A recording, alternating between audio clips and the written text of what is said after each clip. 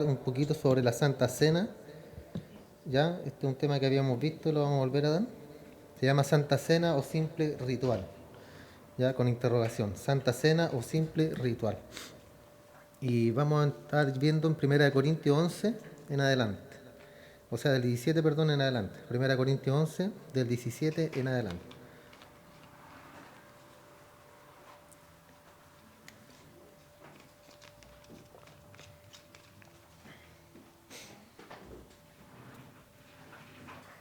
Entonces, ¿qué es lo que entendemos por Santa Cena? Santa Cena o simple ritual.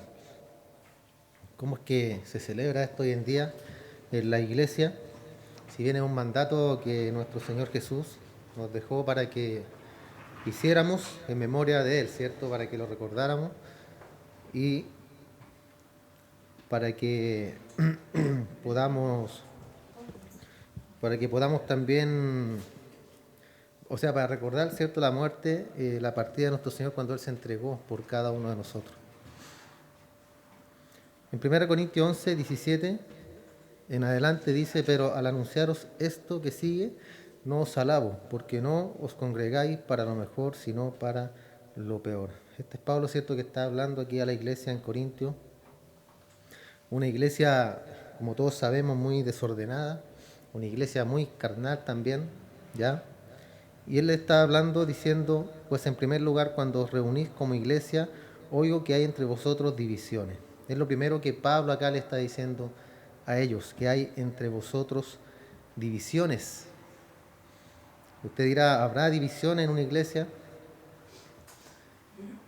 ¿Habrá hermanos que no estén de acuerdo con unos con otros? Sí, cierto, porque somos seres humanos, no pensamos todos de la misma forma, tenemos diversas opiniones en varios puntos, a lo mejor doctrinales también, pero no significa, es cierto, que no nos llevemos, no significa tampoco que vamos a pelear por no estar de acuerdo en algunos puntos. Entonces acá dice: oigo que hay entre vosotros divisiones. En 1 Corintios 1:11 dice: porque he sido informado acerca de vosotros, hermanos míos, por los de Cloé, que hay entre vosotros contiendas. Y estas contiendas habla de pelea, habla de pleito. Quiero decir que cada uno de vosotros dice: yo soy de Pablo, y yo de Apolos, y yo de Cefas, y yo de Cristo. ¿Acaso está dividido Cristo? ¿Fue crucificado Pablo por vosotros? ¿O fuiste bautizado en el nombre de Pablo? Entonces esto es cierto, es un informe que le llega a Pablo sobre la iglesia en Corinto, y le dice: hay entre vosotros divisiones, y en parte lo creo. ¿Por qué lo creía Pablo? Porque él sabía y conocía cómo eran los hermanos en Corintio, cómo era la iglesia en Corintio. El verso 19: porque es preciso que entre vosotros haya disensiones. Es necesario, es preciso. Es algo como obligatorio la palabra en el original, que habla de lo preciso, porque es preciso, porque es necesario que entre vosotros haya disensiones. Y estas disensiones también significa una desunión, preferir o escoger por uno u otro, para que se hagan manifiesto entre vosotros los que son aprobados. ¿Ya? Tienen que haber pleito, hermano, en las iglesias, tienen que haber divisiones. Y muchas veces hay gente que se va de las iglesias por estas divisiones. Se van de las iglesias, muchos dicen: no, yo no, esta iglesia no es para mí, voy a buscar otro lugar, voy a buscar otra iglesia. Y al final caen, hermano, eh, caen en lo absurdo, porque Dios nos planta a nosotros en un lugar. La iglesia perfecta no existe, ¿ya? Porque apenas pisemos nosotros esa iglesia perfecta, si llegara a existir, si nosotros entramos a la iglesia, ya sería imperfecta. Del momento que ponemos nuestro pie en la iglesia, ya es imperfecta, hermano. Entonces, no debemos creer en esos cuentos, ¿cierto?, de que hay una iglesia perfecta. La iglesia de Cristo está formada por pecadores, solamente por pecadores que Él ha llamado al arrepentimiento, hermano. Entonces no debemos creer esas cosas. Entonces es preciso que entre vosotros haya disensiones, dice Pablo, para que así se vean los que son y los que no son. ¿Por qué? Porque en un cristiano siempre tiene que estar el amor, ¿cierto? La paz por los hermanos, la paciencia los unos por los otros, ¿cierto? El amor. Y Y a lo mejor puede haber algún cristiano por ahí que se enoje o se enoje con un hermano por alguna otra causa, pero siempre va a llegar todo esto a la unión. ¿Por qué? Porque no existe tal cristiano que se enoje con una persona y ya no la hable nunca más y ya no la quiera ver y que ya no quiera saber más de esa persona. Eso no es así, hermano. Siempre debe prevalecer el amor en un cristiano. ¿Ya? Cuando hay desunión entre los hermanos podemos observar dónde está puesto el corazón de cada uno. Veremos si se practica el perdón, la misericordia y la paciencia. Entonces cuando pasan estas cosas vemos si de qué está hecho realmente ese cristiano. Siempre esperaremos o nuestra expectativa será que los pleitos entre cristianos se solucionen, pero muchas veces aflora ese viejo hombre y nos traicionan las pasiones también. Cuando decimos ya no vivo yo, más Cristo vive en mí, estamos diciendo que todo el amor de Cristo también está en mí y si es así debo demostrarlo. ¿Y cómo? ¿Cómo demuestra usted su amor si nos decimos llamar cristianos, ¿cierto? Pequeños Cristos. Gálatas 6.1 dice, hermanos, si alguno fuere sorprendido en alguna falta, vosotros que sois espirituales, dice acá. Se fijan que es algo que nosotros debemos tener, debe ser algo que debemos tener como cristianos, espirituales. Pablo acá dice, vosotros que sois espirituales, restaurarle con espíritu de mansedumbre. Entonces es un requisito que nosotros debemos tener como cristianos también, hermanos. Ser hombres y ser mujeres con amor, con espíritu de mansedumbre y ser hombres y mujeres espirituales. Porque es la única forma de poder corregir, ¿cierto? Como dice acá, la falta de algunos hermanos. Y habla de restaurarle. Siempre llevarlo, ¿cierto?, al arrepentimiento, siempre llevarlo a que esta persona recapacite o enderece su camino. Entonces dice restaurarle con espíritu de mansedumbre, considerándote a ti mismo. Y ahí nos pone la vara, ¿cierto? No sea que tú también seas tentado. Siempre debemos mirarnos nosotros antes de mirar la paja, ¿cierto?, del ojo del hermano. Mirar primero nuestra viga o quitar primero nuestra viga de nuestro ojo, que muchas veces no nos deja ver. Y nos fijamos solamente en el error del otro, pero no vemos nuestros errores, no vemos nuestras faltas. Sobrellevar los unos las cargas de los otros y cumplir así la ley de Cristo. Porque el que se cree ser algo, no siendo nada, a sí mismo se engaña. Así que cada uno someta a prueba su propia obra, y entonces tendrá motivo de gloriarse, solo respecto de sí mismo y no de otro. Porque cada uno llevará su propia carga. El que es enseñado en la palabra, haga partícipe de toda cosa buena al que lo instruye. No os engañéis, Dios no puede ser burlado, pues todo lo que el hombre sembrare, eso también segará. Porque el que siembra para su carne, de la carne segará corrupción, mas el que siembra para el Espíritu, del Espíritu segará vida eterna. No nos cansemos pues de hacer el bien, porque a su tiempo segaremos. Si no desmayamos, así que según tengamos oportunidad, hagamos bien a todos, dice acá, a todos, y mayormente a los de la familia de la fe, a tus hermanos. Hagamos el bien a todos. ¿Queremos corregir a un hermano? Corrijámoslo, pero con un espíritu de mansedumbre, mirándote primeramente a ti mismo y después, ¿cierto?, mirando la falta del hermano. ¿Y por qué hice esto? Porque yo debo mirarme a mí mismo, hermano, antes de corregir a mi hermano. ¿Por qué? Para ver que yo soy igual o peor que mi hermano. Igual o peor de pecador que mi hermano. Y así, ¿cierto?, yo bajo, ¿cierto?, a un escalón más abajo para poder corregir a mi hermano y hacerlo con amor, no creyéndome nada, porque no somos nada, recién lo leímos acá. Seguimos en Corintios 11:20. Cuando pues os reunís vosotros, esto no es comer la cena del Señor, porque al comer cada uno se adelanta a tomar su propia cena y uno tiene hambre y otro se embriaga. Miren, al punto que estaban llegando estos corintios. Pues que no tenéis casa donde comáis y bebáis, o menospreciáis la iglesia de Dios y avergonzáis a los que no tienen nada. ¿Qué os diré? ¿Os alabaré? En esto no os alabo. Entonces estos hombres y mujeres se estaban reuniendo para celebrar la cena del Señor o la Pascua, ¿cierto? Pero ellos le tenían otro significado a esto, hermanos. Acá dice que uno tiene hambre y iban solamente a comer. Otros, ¿cierto?, se adelanta a tomar su propia cena. otros se embriagan ahí mismo. En el fondo era una fiesta más para ellos solamente, cuando en realidad lo que el Señor quería era consagrar ese momento para Él, consagrarlo con sus discípulos cuando lo hizo Él, junto a ellos, cuando partió el pan, cuando tomaron de la copa, y Él dijo al que háganlo en memoria de mí. Pero acá en Corintios habían perdido el rumbo, hermano, habían perdido. ¿Por qué? Porque solamente estaban mirando por ellos mismos.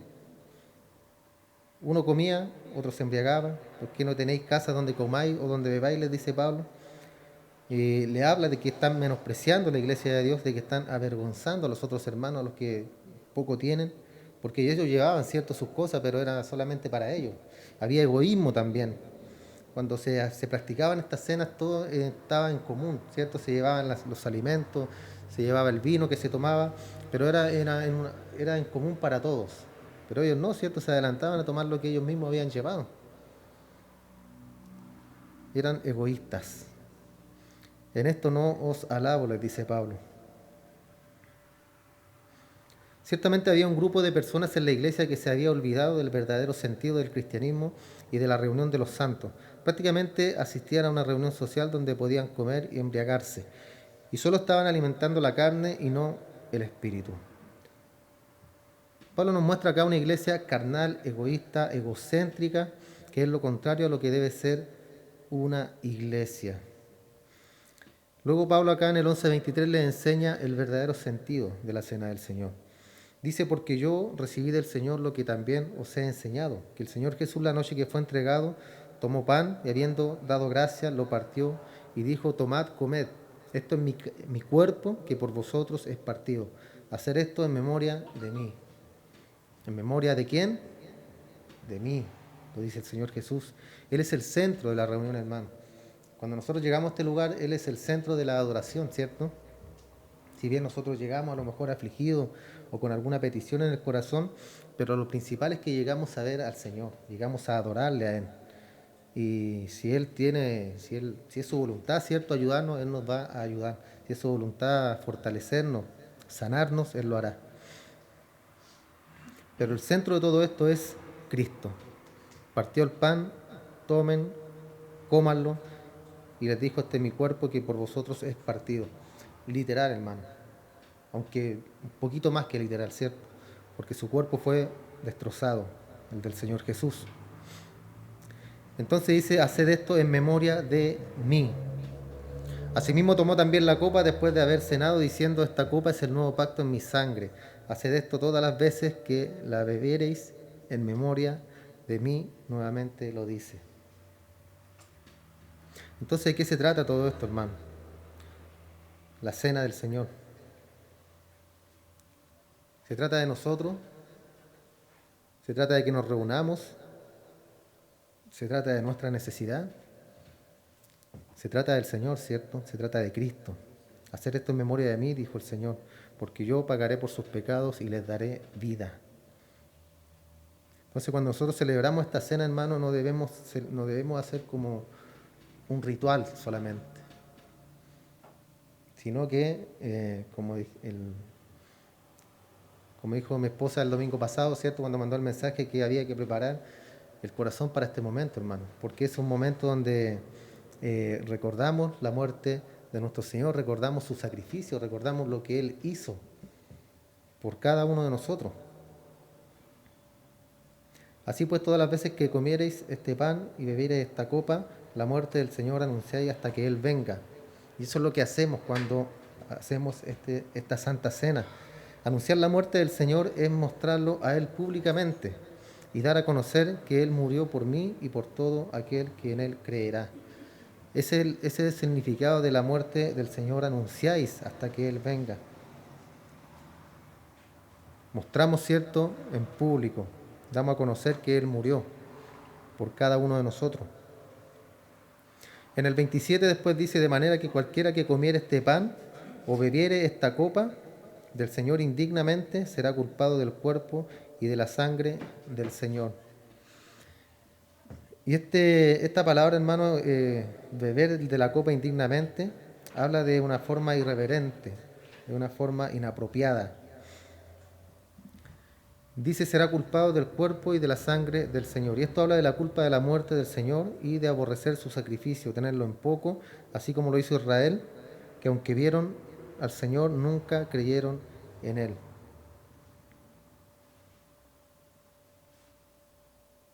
En Números 9:10 dice, habla a los hijos de Israel diciendo, cualquiera de vosotros o de vuestros descendientes que estuviere inmundo por causa de muerto o estuviere de viaje lejos, celebrará la Pascua a Jehová.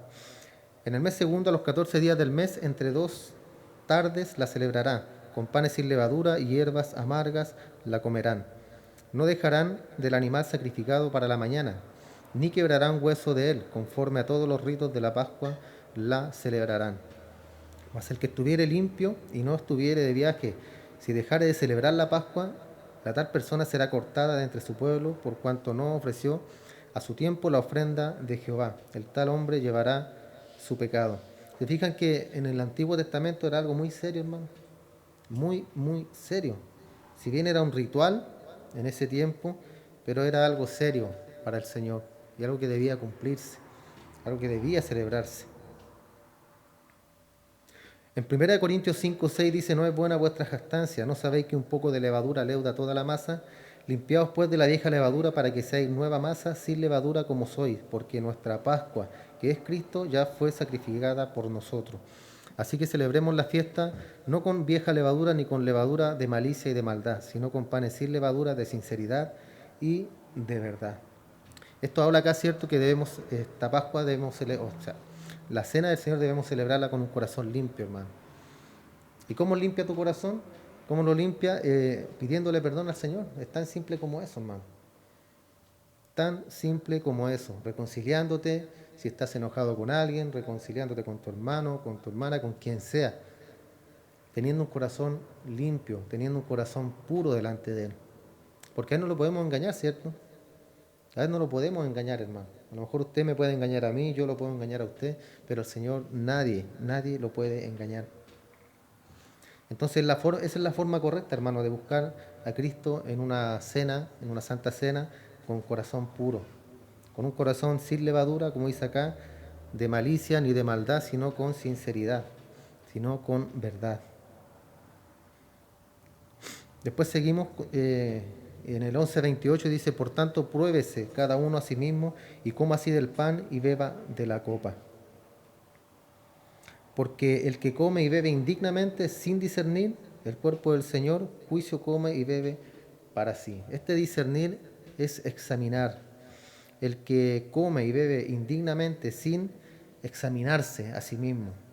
Y toma esto como un simple ritual. Y no es un simple ritual, hermano, es algo serio. Entonces el que come indignamente sin examinarse a sí mismo, el cuerpo del Señor, come y bebe para sí condenación, juicio. Y esto habla de un castigo, hermano, ¿ya? No habla de un juicio para irte al infierno, porque sabemos que el cristiano, ¿cierto?, ya es salvo. Estamos hablando acerca de eso y creo que tenemos muy claro con respecto a la elección de Dios y a la salvación también de parte de Él.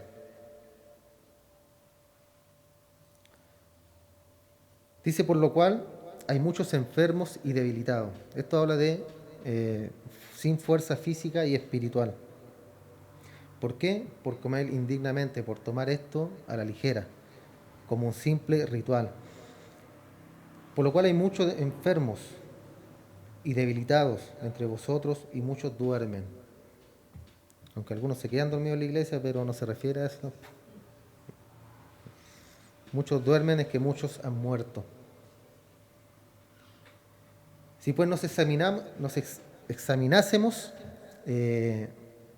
a nosotros mismos, no seríamos juzgados. Y esto examinarse habla completamente de oponerse, reflexionar, de lo bueno, cierto, y de lo malo, de hacer una diferencia entre una cosa u otra. Entonces no seríamos juzgados si hiciéramos esto antes de. no seríamos juzgados, mas siendo juzgados somos castigados por el Señor para que no seamos condenados. Y esta condenación, condenado habla de la condenación del infierno, del diablo, del, de lo- del, del infierno que está preparado para el diablo y sus ángeles. Eh, y ahí también tenemos que hacer una diferencia, hermano, porque muchas veces, bueno, la mayoría de las veces se habla, antiguamente recuerdo yo que el cristiano siempre vivía temeroso, vivía una religión.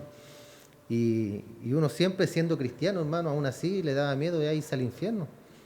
Entonces la pregunta es, ¿por qué te vas a ir al infierno si eres cristiano? ¿O por qué te vas a ir a una condenación eterna si ya eres un cristiano, un hijo de Dios?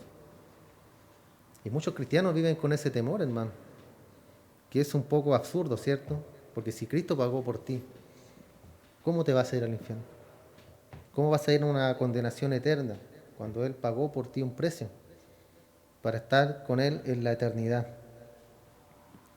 Entonces eso es algo que nosotros no debemos temer, pero sí debemos temer al castigo, a la mano dura de Dios, a la reprensión. Porque Él nos puede quitar la vida en un instante, hermano. En un momento Él nos quita la vida, pero no significa que usted se va a ir al infierno, sino que Dios va a disponer de su vida para llevárselo. Eso es lo que habla acá Pablo, que muchos han recibido, ¿cierto?, el castigo de la muerte, pero para irse con el Señor, no para irse al infierno. ¿Por qué? Por no discernir, por no diferenciar lo bueno de lo malo, por no limpiar el corazón antes de tomar la cena del Señor, de- antes de venir a hacer esto, ¿cierto?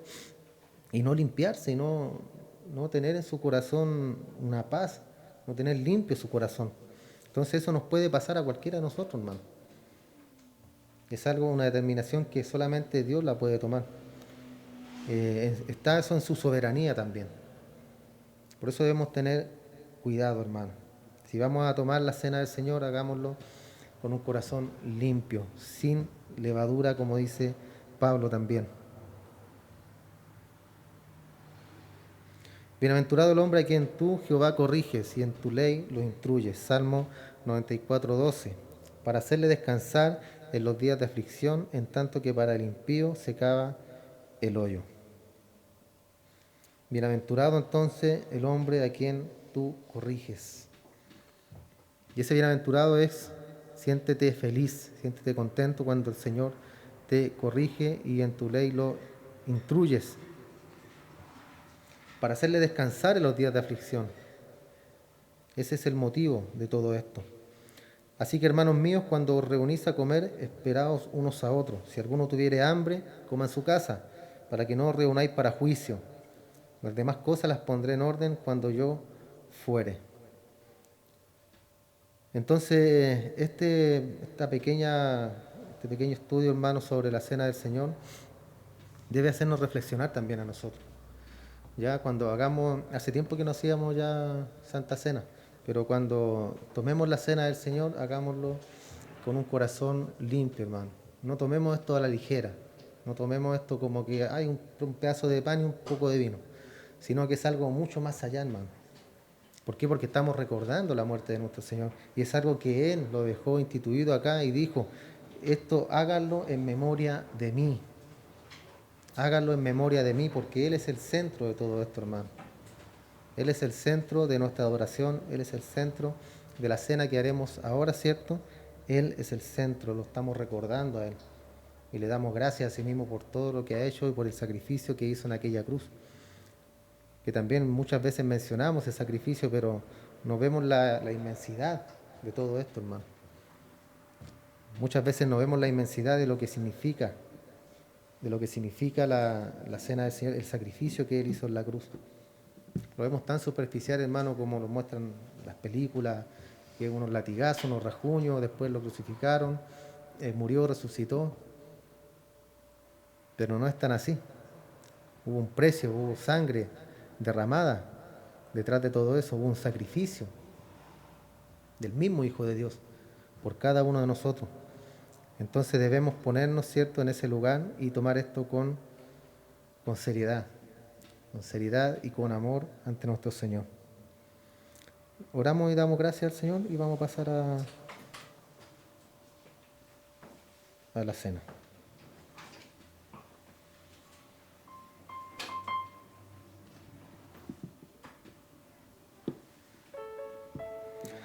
Señor, te damos muchas gracias, Padre. Te rogamos en esta hora, Dios mío santo, que tengas misericordia de nosotros, Señor. Te ruego que tengas piedad de nuestra vida, de cada uno de nosotros, Señor. Nos presentamos ante ti en esta hora, pecadores y faltos como somos, mi Señor. Y si tenemos algo en nuestro corazón, si hay algo en nuestra vida, Padre, en esta hora te pedimos que nos limpies, que nos perdones por nuestra falta o por algún pecado, Señor, que hayamos cometido, pero a lo mejor no nos recordamos, a lo mejor no nos hemos arrepentido de aquel pecado, Señor, pero con un corazón limpio, Padre, en esta hora te pedimos perdón, Señor. Te pedimos perdón y te pedimos que nos limpies, que nos laves, que nos purifiques, Señor, para tomar la cena en esta mañana, mi Dios. Es algo tan preciado, algo tan sagrado, Señor, el sacrificio que tu Hijo Jesús hizo por cada uno de nosotros.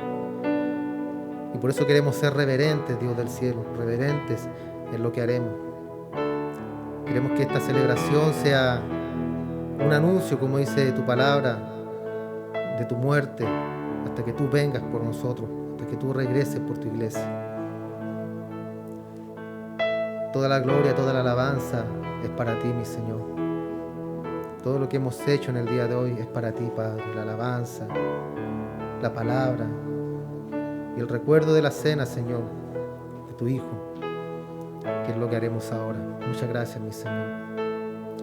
Si cada uno de mis hermanos que están en este lugar, Señor, ayúdalos, limpia su corazón también, que ellos puedan entregar a ti todas sus cargas, todas sus debilidades, que ellos puedan entregar a ti, Señor, todo lo que los aflige cada día y puedan confiar en que tú, Señor, obrarás para bien en la vida de cada uno de ellos. En el nombre de Jesús te damos muchas gracias, Padre. Amén y amén.